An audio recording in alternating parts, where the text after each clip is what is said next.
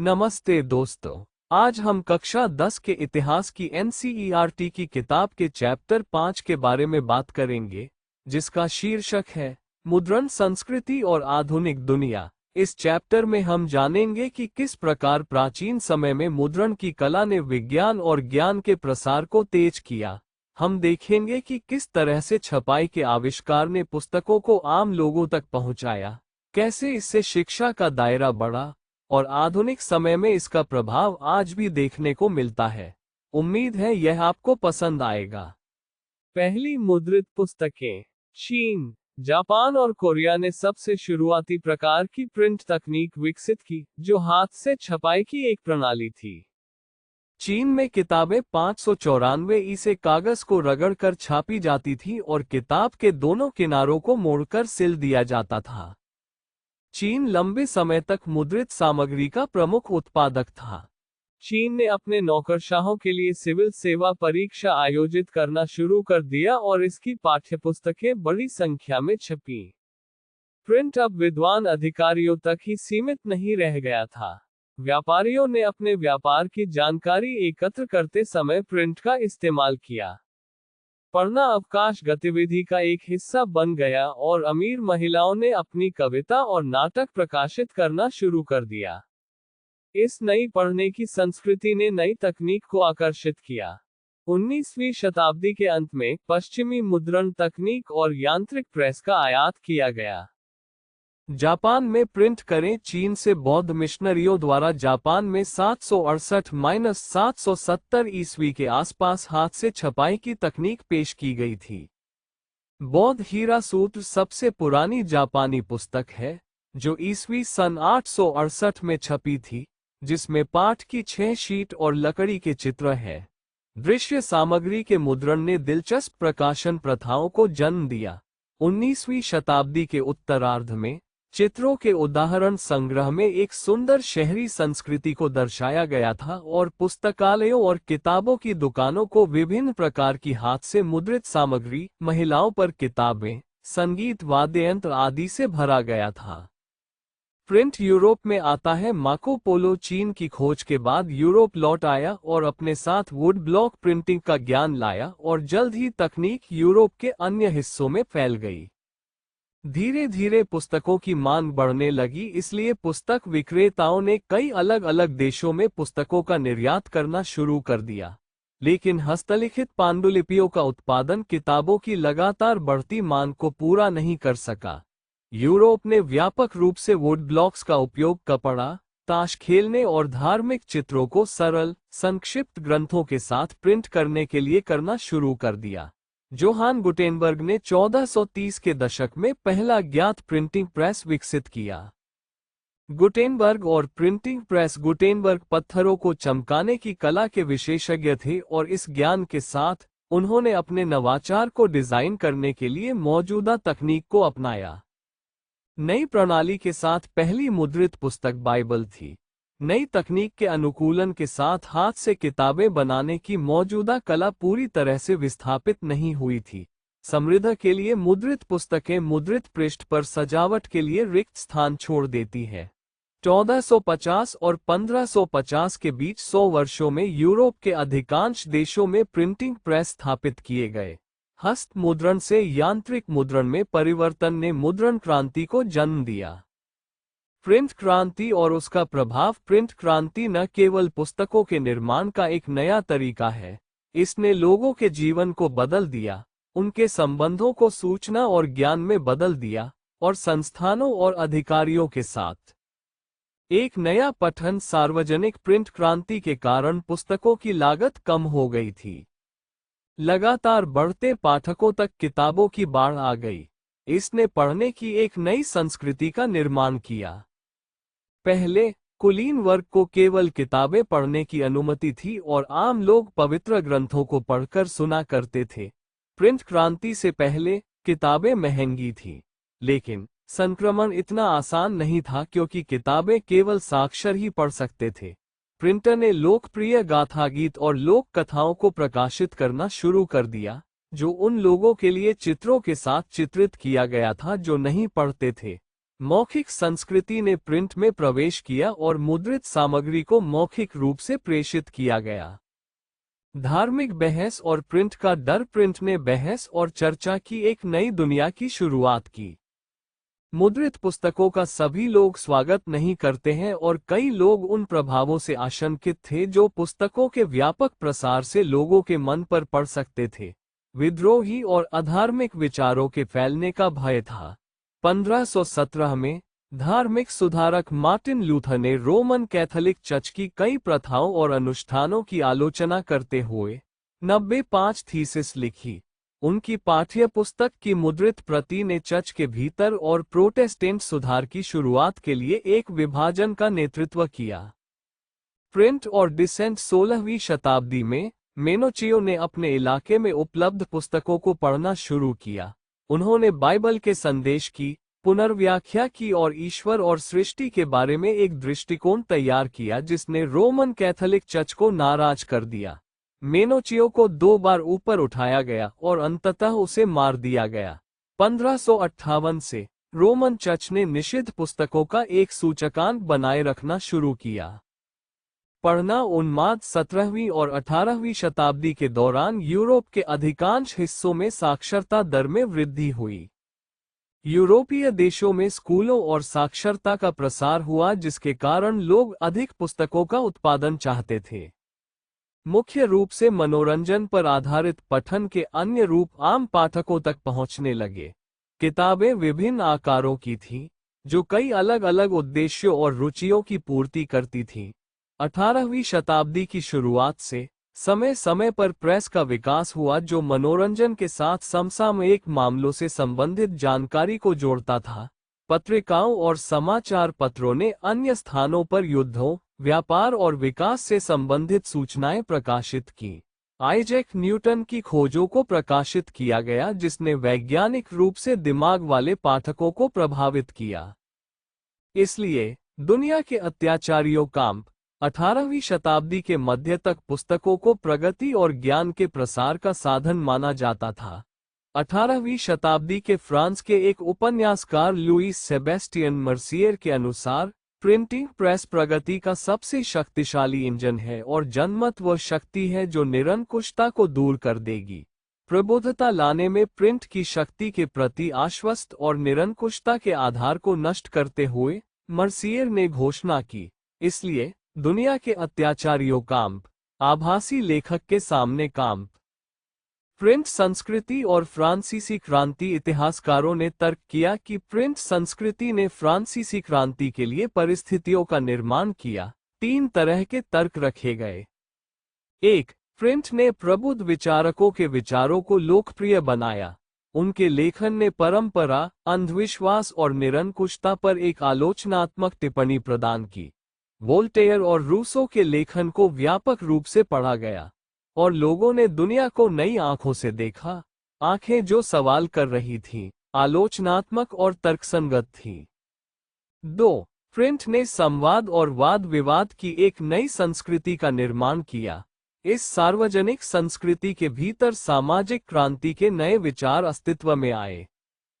3. 1780 के दशक तक साहित्य की बाढ़ आ गई जिसने राजघरानों का मजाक उड़ाया और उनकी नैतिकता की आलोचना की। प्रिंट विचारों को फैलाने में मदद करता है। उन्होंने कुछ विचारों को स्वीकार किया और दूसरों को खारिज कर दिया और चीजों को अपने तरीके से व्याख्यायित किया। प्रिंट ने सीधे उनके दिमाग को आकार नहीं दिया, लेकिन इसने अलग तरह से सोचने की संभावना को खोल दिया। 19वीं सदी 19वीं शताब्दी के दौरान यूरोप में बड़े पैमाने पर साक्षरता में बच्चों, महिलाओं और श्रमिकों के बीच बड़ी संख्या में नए पाठक जोड़े गए। बच्चे, महिलाएं और श्रमिक 19वीं सदी के अंत से प्राथमिक शिक्षा अनिवार्य हो गई। 1857 में फ्रांस में बच्चों के लिए साहित्य के लिए समर्पित एक बाल प्रेस की स्थापना की गई थी। जर्मनी में ग्रिम ब्रदर्स द्वारा पारंपरिक लोक कथाओं को इकट्ठा किया गया था। ग्रामीण लोक कथाओं ने एक नया रूप ग्रहण किया। पाठक के साथ साथ लेखक के रूप में महिलाएं महत्वपूर्ण हो गईं। विशेष रूप से महिलाओं के लिए समर्पित पत्रिकाएं प्रकाशित की गईं, जैसे कि उचित व्यवहार और हाउसकीपिंग सिखाने वाली नियमावली। 19वीं शताब्दी में इंग्लैंड में उधार देने वाले पुस्तकालय सफेदपोश श्रमिकों, कारीगरों और निम्न मध्यम वर्ग के लोगों को शिक्षित करने के साधन बन गए। आगे के नवाचार। 18वीं शताब्दी के अंत तक प्रेस धातु से बना होने लगा। मुद्रण प्रौद्योगिकी ने 19वीं शताब्दी तक और भी कई नवाचार देखे। उस सदी के दौरान बिजली से चलने वाले बेलनाकार प्रेस को रिचर्ड एम द्वारा सिद्ध किया गया था, जिसका उपयोग विशेष रूप से अखबारों को छापने के लिए किया जाता था।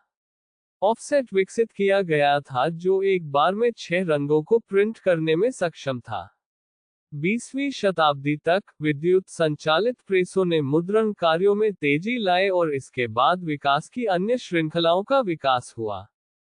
भारत और प्रिंट की दुनिया। मुद्रण के युग से पहले की पांडुलिपियां। भारत हस्तलिखित पांडुलिपियों की पुरानी परंपरा में समृद्ध देश है। संस्कृत, अरबी, फारसी, साथ ही साथ विभिन्न स्थानीय भाषाओं में इन हस्तलिखित पांडुलिपियों को ताड़ के पत्तों या हस्तनिर्मित कागज पर कॉपी किया गया था।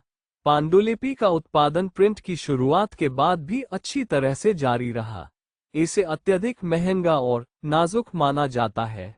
बंगाल में छात्रों को केवल लिखना सिखाया जाता था, जिसके कारण कई लोग बिना किसी प्रकार के ग्रंथों को पढ़े ही साक्षर हो गए। प्रिंट भारत में आता है 16वीं शताब्दी के मध्य में पुर्तगाली मिशनरियों के साथ गोवा में पहला प्रिंटिंग प्रेस आया।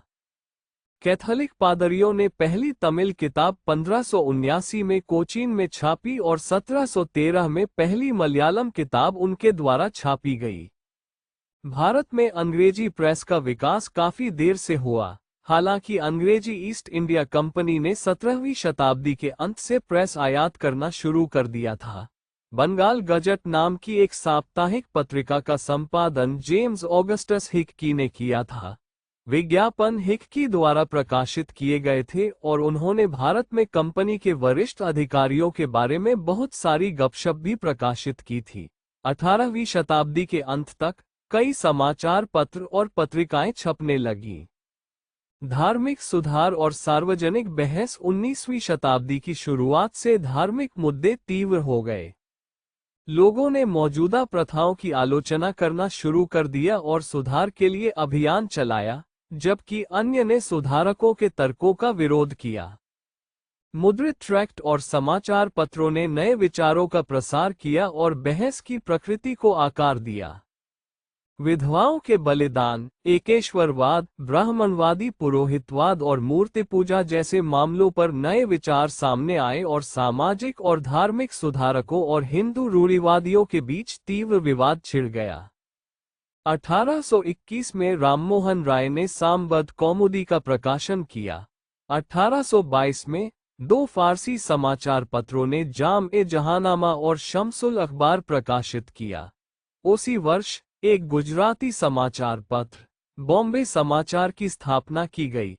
1867 में स्थापित देवबंद सेमिनरी ने मुस्लिम पाठकों को ये बताने वाले हजारों फतवे प्रकाशित किए कि वे अपने दैनिक जीवन में कैसे व्यवहार करें और इस्लामी सिद्धांतों का अर्थ समझाएं। प्रिंट ने हिंदुओं के बीच, विशेष रूप से स्थानीय भाषाओं में धार्मिक ग्रंथों के पढ़ने को प्रोत्साहित किया। धार्मिक ग्रंथ लोगों के एक बहुत व्यापक दायरे में पहुंचे। विभिन्न धर्मों के भीतर और बीच में चर्चा, बहस और विवादों को प्रोत्साहित किया। समाचार पत्रों ने अखिल भारतीय पहचान बनाते हुए समाचारों को एक स्थान से दूसरे स्थान तक पहुंचाया। प्रकाशन के नए रूप, नए प्रकार के लेखन की शुरुआत हुई क्योंकि अधिक से अधिक लोगों को पढ़ने में रुचि हो गई। यूरोप में उपन्यास एक साहित्यिक फॉर्म उन लोगों की जरूरतों को पूरा करने के लिए विकसित किया गया था जिन्होंने भारतीय रूपों और शैलियों को प्राप्त किया था। नए साहित्यिक रूपों ने पढ़ने की दुनिया में प्रवेश किया, जैसे गीत, लघु कथाएं, सामाजिक और राजनीतिक मामलों के बारे में निबंध। 19वीं शताब्दी के अंत तक नई दृश्य संस्कृति ने आकार लिया। बाजार में सस्ते कैलेंडर उपलब्ध थे जिन्हें गरीब भी अपने घरों या कार्यस्थलों की दीवारों को सजाने के लिए खरीद सकते हैं। इन प्रिंटों ने आधुनिकता और परंपरा, धर्म और राजनीति और समाज और संस्कृति के बारे में लोकप्रिय विचारों को आकार देना शुरू किया। 1870 के दशक तक सामाजिक और राजनीतिक मुद्दों पर टिप्पणी करते हुए पत्रिकाओं और समाचार पत्रों में कैरिकेचर और कार्टून प्रकाशित किए जा रहे थे। महिला और प्रिंट मध्यम वर्गीय घरों में महिलाओं के पढ़ने में अत्यधिक वृद्धि हुई। शहरों में महिलाओं के लिए स्कूल खोले गए। पत्रिकाओं ने भी महिलाओं के लेखन को प्रकाशित करना शुरू किया और बताया कि महिलाओं को शिक्षित क्यों किया जाना चाहिए। लेकिन रूढ़िवादी हिंदुओं का मानना था कि एक पढ़ी लिखी लड़की विधवा हो जाएगी और मुसलमानों को डर था कि उर्दू रोमांस पढ़ने से शिक्षित महिलाएं भ्रष्ट हो जाएंगी। सामाजिक सुधारों और उपन्यासों ने महिलाओं के जीवन और भावनाओं में बहुत रुचि पैदा की। 20वीं शताब्दी की शुरुआत में महिलाओं द्वारा लिखित और संपादित पत्रिकाएं बेहद लोकप्रिय हो गईं। बंगाल में मध्य कलकत्ता में एक पूरा क्षेत्र बटाला लोकप्रिय पुस्तकों के मुद्रण के लिए समर्पित था। 19वीं शताब्दी के अंत तक इनमें से बहुत सी पुस्तकों को लकड़ियों और रंगीन लिथोग्राफ के साथ चित्रित किया गया था। पैडलर्स बटाला प्रकाशनों को घरों तक ले गए, जिससे महिलाएं अपने खाली समय में उन्हें पढ़ सकें। प्रिंट और गरीब लोग बाजारों में सस्ती किताबें बिकी। सार्वजनिक पुस्तकालय ज्यादातर शहरों और कस्बों में स्थापित किए गए थे। 19वीं सदी के अंत में कई मुद्रित ट्रैक्टों और निबंधों में जातिगत भेदभाव सामने आने लगा। कारखाने के श्रमिकों के पास अपने अनुभव के बारे में लिखने के लिए शिक्षा की कमी थी। 1938 में काशीबाबा ने जाति और वर्ग शोषण के बीच संबंधों को दिखाने के लिए 1938 में छोटे और बड़े का सवाल लिखा और प्रकाशित किया। 1930 के दशक में बंगलौर के सूती मिल मजदूरों ने खुद को शिक्षित करने के लिए पुस्तकालयों की स्थापना की। प्रिंट और सेंसरशिप ईस्ट इंडिया कंपनी के तहत सेंसरशिप एक चिंता का विषय नहीं था। कलकत्ता सुप्रीम कोर्ट ने प्रेस की स्वतंत्रता को नियंत्रित करने के लिए कुछ नियम पारित किए और 1835 में गवर्नर जनरल बेंटिक प्रेस कानूनों को संशोधित करने के लिए सहमत हुए। थॉमस मैकॉले ने नए नियम तैयार किए जिन्होंने पहले की स्वतंत्रता को बहाल किया। 1857 के विद्रोह के बाद प्रेस की स्वतंत्रता बदल गई। 1878 में आयरिश प्रेस कानूनों पर आधारित वर्नाक्यूलर प्रेस एक्ट पारित किया गया, जिसने सरकार को स्थानीय प्रेस में रिपोर्ट और संपादकीय सेंसर करने के व्यापक अधिकार प्रदान किए। सरकार ने स्थानीय समाचार पत्रों पर नजर रखना शुरू कर दिया है। पूरे भारत में राष्ट्रवादी समाचार पत्रों की संख्या में वृद्धि हुई। 1907 में पंजाब के क्रांतिकारियों को निर्वासित कर दिया गया। बाल गंगाधर तिलक ने अपने केसरी में उनके बारे में बड़ी सहानुभूति के साथ लिखा, जिसके कारण उन्हें 1908 में कारावास हुआ। तो दोस्तों, आज हमने क्लास 10 की एनसीईआरटी इतिहास की पुस्तक के चैप्टर 5 मुद्रण संस्कृति और आधुनिक दुनिया का संक्षिप्त विश्लेषण किया। अगर आपको ये वीडियो पसंद आया हो तो मेरे YouTube चैनल HK Education 54 को जरूर सब्सक्राइब करें और बेल आइकन दबाना ना भूलें, ताकि आपको हमारी नई वीडियोस की अपडेट्स मिलती रहें। कमेंट में बताएं अगर आपको कोई समस्या हो या किसी और तरह का वीडियो चाहिए। हमारे साथ जुड़े रहने के लिए बहुत बहुत धन्यवाद। मिलते हैं अगले वीडियो में। उम्मीद है आपको ये पसंद आएगा।